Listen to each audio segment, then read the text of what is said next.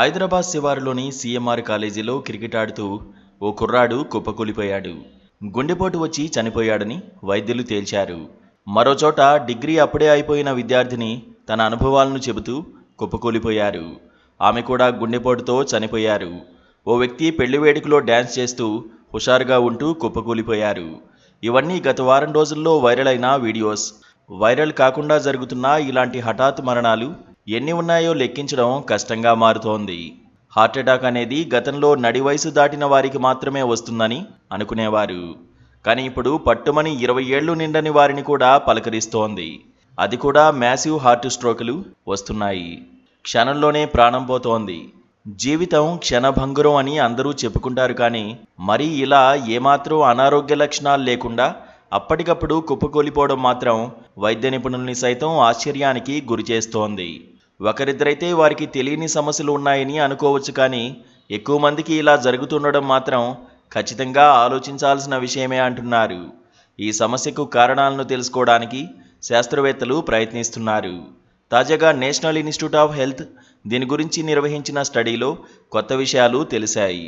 గుండెలో ఎలక్ట్రిక్ సిస్టంలో సమస్య రావడం వల్ల హార్ట్అటాక్ వస్తుంది. దీన్ని సడన్ కార్డియాక్ అరెస్ట్ అంటారు. ఇలా జరిగితే బ్లడ్ సర్క్యులేషన్ ఆగిపోయి వ్యక్తి స్పృహ కోల్పోతాడు.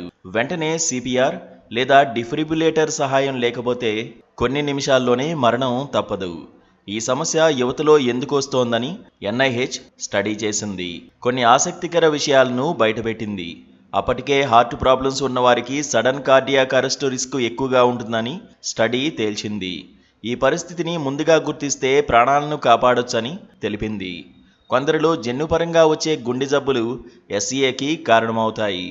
Hypertrophic cardiomyopathy, long QT syndrome, ARVD వంటివి ఇందులో ప్రధానమైనవి. ఇవి గుండె రిథంను అసాధారణంగా మార్చి ఆకస్మిక మరణానికి దారితీస్తాయి.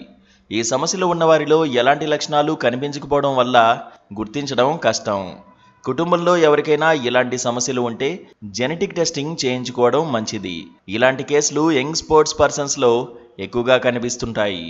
ఎనర్జీ డ్రింక్స్ ఎక్కువగా తాగడం, dehydration, drugs, extreme physical activity వంటివి కూడా ఎస్ఈఏకి దారితీస్తాయి.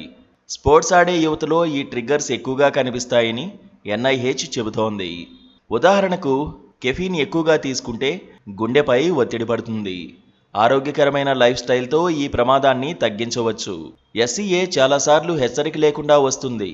కానీ కొన్ని సంకేతాలు గమనిస్తే ముందుగా చెక్ చేయించుకోవచ్చు. ఎక్సర్సైజ్ సమయంలో ఛాతీ నొప్పి, ఊపిరి ఆడకపోవడం, అసాధారణ ఫీలింగ్, గుండె వేగంగా కొట్టుకోవడం, ఎక్కువ అలసట వంటివి ఉంటే అలర్ట్ అవ్వాలి. ఈ లక్షణాలు కనిపిస్తే వెంటనే డాక్టర్ను సంప్రదించడం మంచిది. అప్పుడే సమస్యను ముందుగా గుర్తించి ట్రీట్మెంట్ చేయవచ్చు. అలాగే కరోనా తర్వాత ఎక్కువగా ఇలాంటి హఠాత్ మరణాలు చోటు చేసుకుంటున్నాయి. ముఖ్యంగా యువతరం ఈ విషయంలో ఎక్కువగా నష్టపోతోంది. విలువైన జీవితాలను అర్ధాంతరంగా ముగించాల్సి వస్తోంది. వీటికి కారణం కరోనా వ్యాక్సిన్లన్న ప్రచారం ఉంది. అదే నిజమైతే విరుగుడు ఆలోచించాల్సిందే. కానీ కప్పిపుచ్చడం వల్ల అనేక సమస్యలు వస్తున్నాయి. ప్రభుత్వాలు ఈ అంశంపై దృష్టి సారించాల్సిన అవసరం ఉందని వైద్య నిపుణులు అంటున్నారు. Please subscribe to KTV Telugu. KTV Telugu. KTV Telugu. KTV Telugu channel.